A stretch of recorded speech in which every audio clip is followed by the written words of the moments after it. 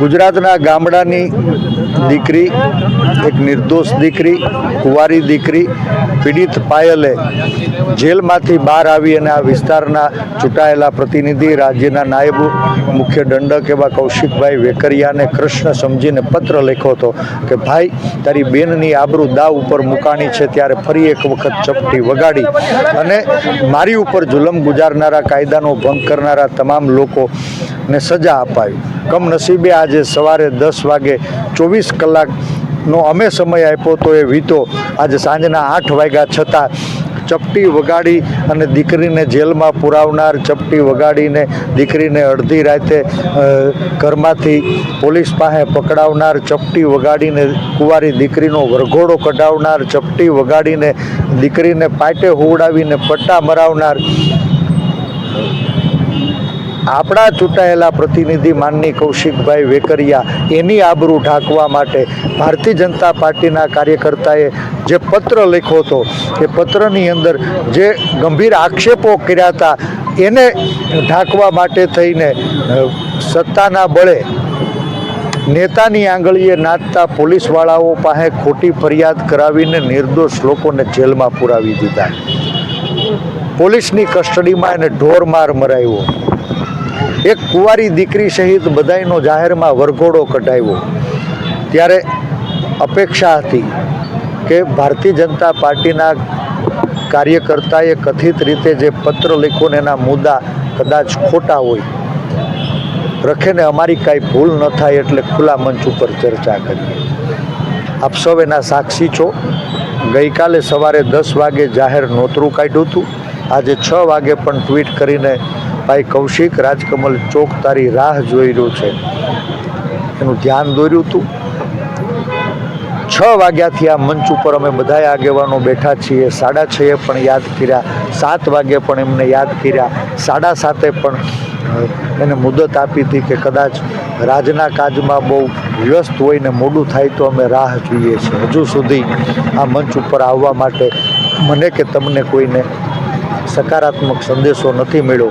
ત્યારે અફસોસ થાય છે અમરેલીને કે જેને નેતા સમજીને ચૂંટ્યા હતા ને એ તો નમાલા નીકળ્યા, નપાવટ નીકળ્યા. એક નિર્દોષ દીકરીને સત્તાના અહંકારની એડીએ કચડી અને પોતાના રાજકીય રોટલા શેકવામાં વ્યસ્ત નીકળ્યા. ત્યારે એ પીડિત પાયલ એને ન્યાય અપાવવા માટે એની ઉપર કાયદાનો ભંગ કરીને જે લોકોએ ગુનો આચર્યો છે એવા બધાય પોલીસવાળાના પટ્ટા ઉતારવા માટે થઈને અમે સૌએ જે સંકલ્પ જાહેર કર્યો હતો એને આગળ ધપાવવાના છીએ. આ મંચ સામાજિક મંચ છે, રાજકીય મંચ નહીં. કોંગ્રેસનો ક પણ આ મંચ ઉપરથી અમે બોલ્યા નથી અને પરિણામ સુધી બોલવાના પણ નથી. સવાલ એ થાય છે કે 70 વર્ષમાં આ ગુજરાતની અંદર કોઈ દીકરીને અડધી રાતે પોલીસવાળા પકડીને લઈ જાય એવા દિવસો નથી જોયા. વીતેલા 70 વર્ષમાં કોઈ કુંવારી કન્યાનો જાહેરમાં વરઘોડો કાઢ્યો હોય એવા દિવસ પણ ગુજરાતે નથી જોયા. વીતેલા 70 વર્ષમાં કોઈ નિર્દોષ દીકરીને પાટે હોવડાવીને પટ્ટે મારવામાં આવે આવા દિવસો પણ ગુજરાતે નથી જોયા. એક શંકાસ્પદ આરોપી જે પાયલની સાથે પોલીસના જાપ્તામાં હતા, પોલીસની કસ્ટડીમાં હતા, એના સગા બાપાનું અવસાન થયું હતું. નામદાર કોર્ટે એનો દાડો કરવા માટે થઈને 2 કલાક પોલીસ જાપ્તામાં જવાની મંજૂરી આપી હોવા છતાં અશોક માંગરોળિયા નામનો વ્યક્તિ એના બાપનો દાડો પણ ન કરી શકે એવી સ્થિતિ આજ નેતૃત્વના ઈશારે નાચનારા પોલીસે કરી એ દુઃખદ છે. અને માટે ભવિષ્યમાં આવી ઘટનાઓનું પુનરાવર્તન ન થાય.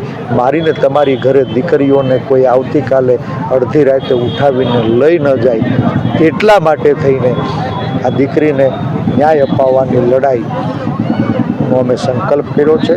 આવતીકાલે સવારે 10 વાગે નવા મહાભારતના મંડાણ થશે અને એક નિર્દોષ દીકરીની આબરૂનો વરઘોડો કાઢનારા લોકો એને સજા ન મળે, એને પટ્ટા મારનારા લોકો એના પટ્ટા ન ઉતરી જાય ત્યાં સુધી રાજકીય મોરચે, સામાજિક મોરચે અને કાયદાકીય મોરચે આ લડાઈને લડવા માટે બધી જ પાર્ટીના લોકો, બધા જ સમાજના લોકો, બધા જ જાહેર જીવનના આગેવાનોને હું નોતરું આપું છું કે આવો સાથે મળી એક પીડિત પાયલને ન્યાય અપાવો.